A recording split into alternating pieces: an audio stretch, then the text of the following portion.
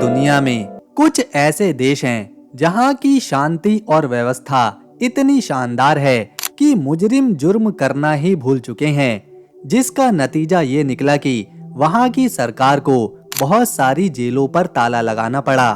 शायद ऐसा कहीं और देखने को नहीं मिलेगा। सुरक्षा, ईमानदारी और प्रकृति से प्यार, यही यहाँ के लोगों के जीवन का सिद्धांत है। ये है नीदरलैंड।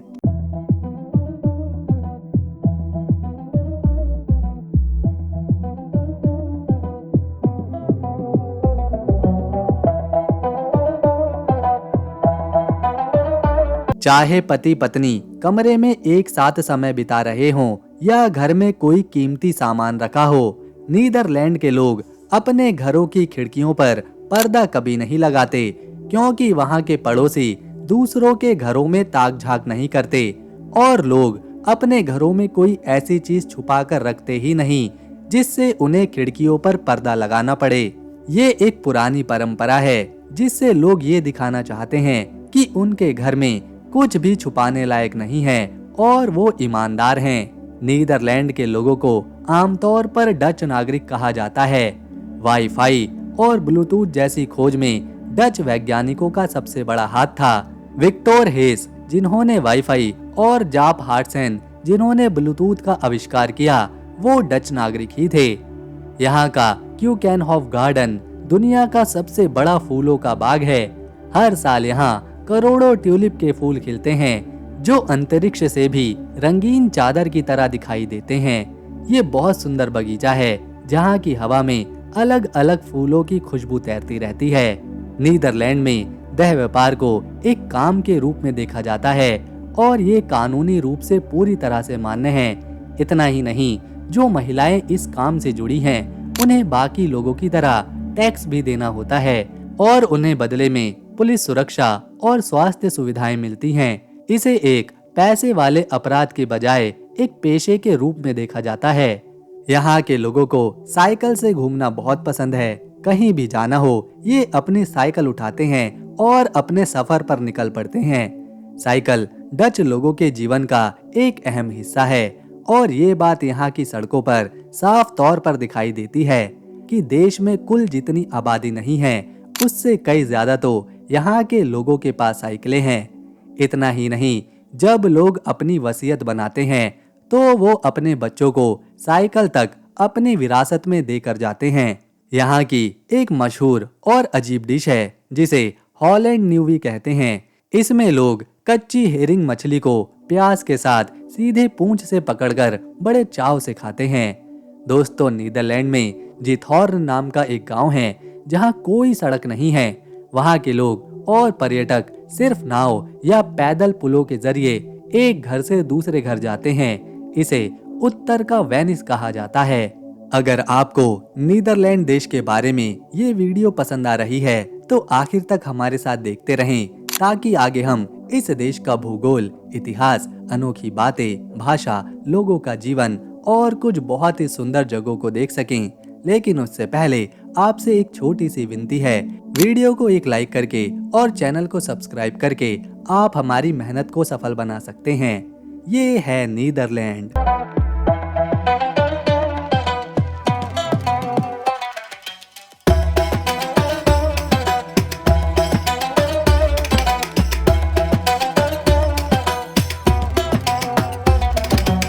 एम्स्टर्डम में एक अनोखा सामाजिक प्रोग्राम किया जाता है जहां शराब के आदी लोगों को गलियों और सड़कों को साफ करने के काम पर लगाया जाता है। इसके बदले उन्हें पैसे, तंबाकू और 5-6 कैन बियर दी जाती है।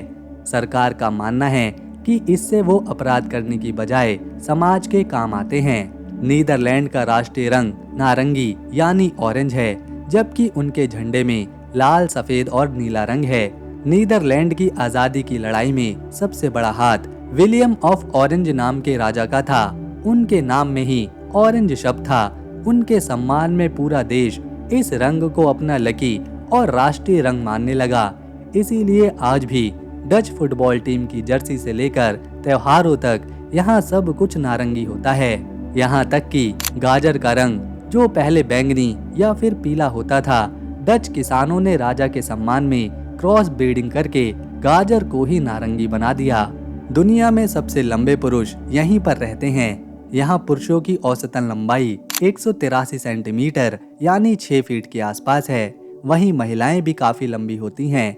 यहाँ की महिलाओं की औसतन लंबाई 170 सेंटीमीटर यानी 5 फीट 7 इंच रहती है और ये लोग भीड़ में दूर से ही नजर आते हैं। नीदरलैंड एक छोटा लेकिन बहुत व्यवस्थित देश है जो केवल 41,540 वर्ग किलोमीटर के एरिया में फैला हुआ है। देश में 1 करोड़ 80 लाख की आबादी है। यहाँ पुरुष और महिलाओं की संख्या लगभग समान ही है। यहाँ की आबादी का एक बड़ा हिस्सा लगभग 57% लोग किसी भी धर्म को नहीं मानता, जबकि बाकी आबादी में जैसे ईसाई लगभग 35 से 40% हैं। इस्लाम मानने वाले यहाँ 5 से 6% हैं और 4% में हिंदू, बौद्ध, यहूदी और अन्य धर्मों के लोग यहाँ पर आराम से अपना जीवन बिता रहे हैं। देश की आधिकारिक भाषा डच है, लेकिन 90% से ज्यादा लोग अंग्रेजी बहुत अच्छे से बोलते हैं, जिससे पर्यटकों को कोई दिक्कत नहीं होती। यहाँ पैसे के लिए यूरो का इस्तेमाल किया जाता है और 1 यूरो हमारे देश भारत के 105 रुपए के बराबर है। नीदरलैंड रहने और घूमने के लिए दुनिया के सबसे सुरक्षित देशों में गिना जाता है। डच समाज जियो और जीने दो के सिद्धांत पर चलता है। यहाँ लोग मिलजुल कर साथ रहते हैं। गुस्सा क्या होता है मानो इन्हें पता ही नहीं। यहाँ के लोग अपनी पुलिस पर बहुत भरोसा करते हैं। छोटी से छोटी गलती पर भी कानून अपना काम करता है। यहाँ पुलिस का व्यवहार डराने वाला नहीं बल्कि मदद करने वाला होता है। साल 2017 से नीदरलैंड की सभी इलेक्ट्रिक ट्रेनें 100% विंड एनर्जी यानी पवन ऊर्जा से चल रही हैं। इसका मतलब है कि वहाँ ट्रेन का सफर करने पर पर्यावरण को शून्य नुकसान पहुँचता है। इंसान की आंखों को ना दिखने वाले कीटाणुओं और कोशिकाओं को सबसे पहले एक डच वैज्ञानिक एंटनी वैन ने देखा था। उन्होंने ही पहला उन्नत माइक्रोस्कोप बनाया था, जिससे आज की मेडिकल साइंस इतने आगे बढ़ पाई। नीदरलैंड में अमीर और गरीब के बीच की खाई बहुत कम है। सरकार की वेलफेयर नीतियों के कारण शिक्षा, स्वास्थ्य और बेरोजगारी भत्ता यहाँ सबको दिया जाता है, जिससे अपराध करने की मजबूरी पैदा ही नहीं होती। यहाँ की सड़कें, साइकिल ट्रैक और पब्लिक ट्रांसपोर्ट इतने सुरक्षित और आधुनिक हैं कि हमेशा समय पर पहुँचते हैं, साफ सुथरे रहते हैं। यहाँ की जेलें खाली होने का मुख्य कारण ये है कि जेल की सजा से ज्यादा अपराधी को सुधारने पर ध्यान दिया जाता है। अगर किसी से गलती से कोई जुर्म हो भी जाता है तो उसे इस तरह से जेल में सुधारा जाता है कि उसे पछतावा हो और वो अपने जीवन में फिर कोई क्राइम ना करे, अपना जीवन बाकी लोगों की तरह आराम से बिताए। नीदरलैंड के राजा विलेम अलेक्जेंडर अपनी सादगी के लिए भी मशहूर हैं, लेकिन एक राज जो बहुत बाद में खुला वो ये कि राजा साहब पिछले 21 सालों से एक पायलट के तौर पर काम कर रहे थे। वो हर महीने में 2 बार KLM एयरलाइंस के कमर्शियल विमान उड़ाते थे और यात्रियों को भनक तक नहीं लगती थी कि उनका विमान खुद देश का राजा उड़ा रहा है। ये है एब्सोल्यूट डाइक। ये समंदर के बीचों बीच बनी 32 किलोमीटर लंबी एक सड़क और बांध है। इसे 100 साल पहले डच लोगों ने हाथों से और जहाजों की मदद से बनाया था। इसकी सबसे कमाल की बात यह है कि इसने समंदर के खारे पानी को रोककर अंदर की तरफ एक मीठे पानी की बहुत बड़ी झील बना दी है। इससे हुआ ये कि जो इलाका पहले हमेशा डूबने के डर में रहता था वो हमेशा के लिए अब सुरक्षित हो गया और किसानों को खेती के लिए मीठा पानी मिलने लगा। जब आप इस सड़क पर गाड़ी चलाएंगे तो आपको दोनों तरफ बस पानी ही पानी नजर आएगा। एक तरफ समंदर की ऊंची लहरें उठ रही होंगी तो दूसरी तरफ झील का एक शांत पानी दिखेगा। ये देखना अपने आप में अनोखा है। यहाँ बिजली बचाने का भी एक जबरदस्त तरीका अपनाया गया है। रात में जब गाड़ियों की लाइट इस बांध पर लगे खंभों पर पड़ती हैं तो वे अपने आप चमकने लगते हैं, जिससे पूरा रास्ता बिना किसी बल्ब के रोशन हो जाता है। ये बांध हमें बताता है कि अगर इंसान ठान ले तो समंदर को भी पीछे हटा सकता है। आज ये जगह सिर्फ एक सड़क नहीं बल्कि एक ऐसी जगह है जहाँ लोग ये देखने आते हैं कि कैसे डच लोगों ने अपनी अक्ल से पानी पर राज किया है। दुनिया के नक्शे पर एक छोटा सा बिंदु जो कभी सिर्फ कीचड़ और मछलियों की गंध से भरा था, आज वही बिंदु दुनिया का सबसे अमीर और आधुनिक शहर है। स्वागत है आपका नीदरलैंड की राजधानी एम्स्टर्डम शहर में।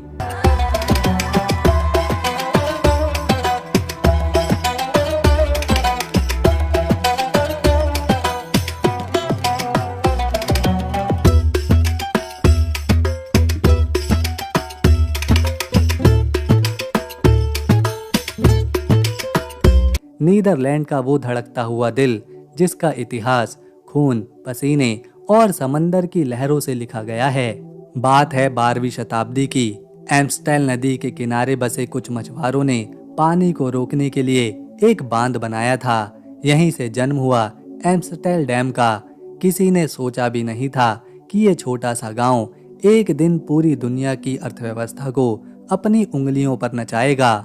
17वीं शताब्दी, जिसे इतिहास डच गोल्डन एज के नाम से जानता है। नीदरलैंड्स तब सिर्फ एक देश नहीं, एक समुद्री साम्राज्य बन चुका था। यहाँ जन्म हुआ डच ईस्ट इंडिया कंपनी का, दुनिया की पहली मल्टीनेशनल कंपनी, जिसका हेडक्वार्टर इसी शहर में था। भारत से मसाले, इंडोनेशिया से सिल्क और अफ्रीका से सोना, सब कुछ इसी शहर के रास्ते से होकर गुजरता था। इसी दौर में यहाँ की वो मशहूर नहरें खोदी गईं जो आज यूनेस्को की विश्व धरोहर हैं। लेकिन वक्त हमेशा एक जैसा नहीं रहता। 18वीं और 19वीं शताब्दी में फ्रांस के सम्राट नेपोलियन के साये ने इस शहर की चमक को कम कर दिया। कब्जे और संघर्ष के लंबे दौर के बाद साल 1814 में नीदरलैंड ने अपनी आज़ादी की सांस ली। एम्स्टर्डम शहर फिर से खड़ा हुआ और इस बार वो पहले से कई ज्यादा मजबूत था। आज एम्स्टर्डम सिर्फ एक शहर नहीं, बल्कि एक एहसास है। इसके रिक्स म्यूजियम की कलाकृतियां और ऐतिहासिक इमारतें हर साल लाखों लोगों को अपनी ओर खींचती है। ये एक ऐसा शहर है जिसने इतिहास को अपनी गोद में संभाल कर रखा है और भविष्य को अपनी मुट्ठी में।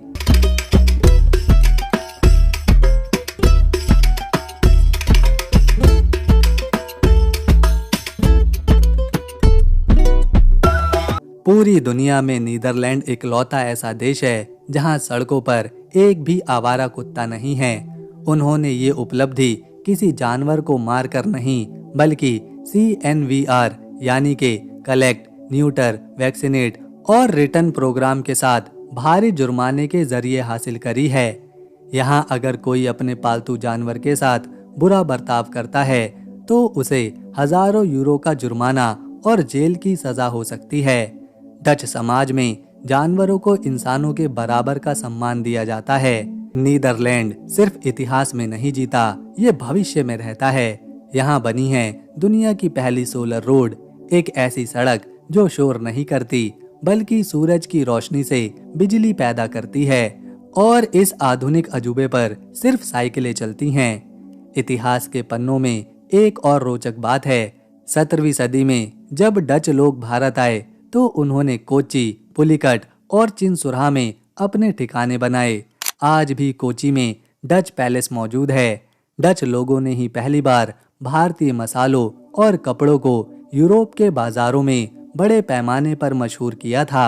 ये है मुइडेंसलॉट, पानी के बीच बसा जादुई किला। एम्स्टर्डम की चकाचौंध से थोड़ी दूर समंदर के किनारे खड़ा एक 700 साल पुराना अजूबा। ये है मुइडेंसलॉट का किला। ये कोई साधारण महल नहीं, बल्कि पानी के बीचों बीच बसा एक जादुई दुर्ग है जो सीधे किसी डिज्नी की फिल्म से निकल कर आया लगता है। दोस्तों सोचिए, एक ऐसा किला जिसके चारों तरफ जमीन नहीं, बल्कि मौत जैसा गहरा पानी है, जिसे पार करने का एकलौता रास्ता एक लकड़ी का खींचने वाला पुल है। साल 1285 में बना ये किला दुश्मनों के लिए अभेद दीवार था, लेकिन आज ये पर्यटकों के लिए किसी स्वर्ग से कम नहीं। इसके ऊंचे ऊंचे गोल बुर्ज और पत्थरों की मोटी दीवारें आज भी शूरवीरों और राजाओं की कहानियां सुनाती हैं। किले के अंदर कदम रखते ही आप इतिहास की ऐसी दुनिया में पहुंच जाएंगे जहां पुराने जमाने की तलवारें, ढाल और शाही कमरों की शान शौकत आपका स्वागत करेगी। लेकिन इसकी असली खूबसूरती इसके बगीचे में है, जहां खिले हुए रंग बिरंगे फूल और पक्षियों की चहचहाहट आपको एक नीदरलैंड के पास सिर्फ शांत नहरें और खूबसूरत फूल ही नहीं, इनके पास है एक ऐसा मैकेनिकल मॉन्स्टर जो पूरी दुनिया की अर्थव्यवस्था को चलाता है। वो है रॉटरडम बंदरगाह। ये सिर्फ एक पोर्ट नहीं बल्कि यूरोप का वो मेन गेट है जहाँ से दुनिया भर का सामान अंदर आता है। दोस्तों, कल्पना कीजिए 40 किलोमीटर लंबी एक ऐसी जमीन जहाँ इंसानों से ज्यादा रोबोटिक क्रेनें और ऑटोमेटिक गाड़ियां राज करती हैं। दूसरे विश्व युद्ध के दौरान बमबारी ने इस शहर को पूरी तरह से मलबे में मिला दिया था, लेकिन डच लोगों की डिक्शनरी में हार शब्द है ही नहीं। उन्होंने अपनी तबाही को एक मौके में बदल दिया। आज यहाँ खड़े हजारों टन वजनी जहाजों और आसमान छूती क्रेनों को देखकर ऐसा लगता है जैसे आप किसी भविष्य की दुनिया में आए हों। यहाँ हर मिनट, हर सेकंड हजारों कंटेनर्स का लेन देन होता है जो यूरोप के करोड़ों लोगों की जरूरतों को पूरा करते हैं। ये बंदरगाह नीदरलैंड की उस इंजीनियरिंग का सबसे बड़ा सबूत है जिसने समंदर को अपना गुलाम बनाया है। यहाँ की रफ्तार और यहाँ का शोर आपको ये बताने के लिए काफ़ी है कि ये देश भले ही छोटा हो, लेकिन इसके हौसले और इसकी ताकत किसी सुपर पावर से कम नहीं। रॉटरडम का ये पोर्ट चीख चीख कर कहता है कि अगर इरादे मजबूत हों तो मलबे से भी दुनिया का सबसे आधुनिक साम्राज्य खड़ा किया जा सकता है। खून देगी। ये है द हैग शहर। नीदरलैंड के पास सिर्फ एक राजधानी नहीं बल्कि पूरी दुनिया की अदालत भी है, द हैग। अगर एम्स्टर्डम इस देश की राजधानी है, इस देश का दिल है, तो ये शहर द हैग इस देश का दिमाग है। ये सिर्फ एक शहर नहीं बल्कि पूरी इंसानियत के लिए इंसाफ का आखिरी ठिकाना कहा जाता है। एक ऐसी जगह जहां दुनिया के सबसे खतरनाक अपराधियों का फैसला होता है और जहां इंटरनेशनल कोर्ट ऑफ जस्टिस की ऊंची दीवारों के पीछे बड़े बड़े देशों के विवाद सुलझाए जाते हैं। इस शहर की पुरानी गलियों में डच राजशाही का शाही ठाट बाट है, जहां बिनेनहॉफ जैसी इमारतें 13वीं सदी से आज तक सत्ता का केंद्र बनी हुई हैं। एक तरफ जहां यहाँ के शांति महलों में दुनिया की तकदीर लिखी जाती है, वहीं दूसरी तरफ स्कैवेनिंगन के समंदर तट पर लहरों का संगीत आपको एक अलग ही दुनिया में लेकर जाता है। ये है गिथॉर्न, एक ऐसा गांव जहां हॉर्न का शोर नहीं, इंजन का धुआं नहीं और टायर के निशान तक नहीं।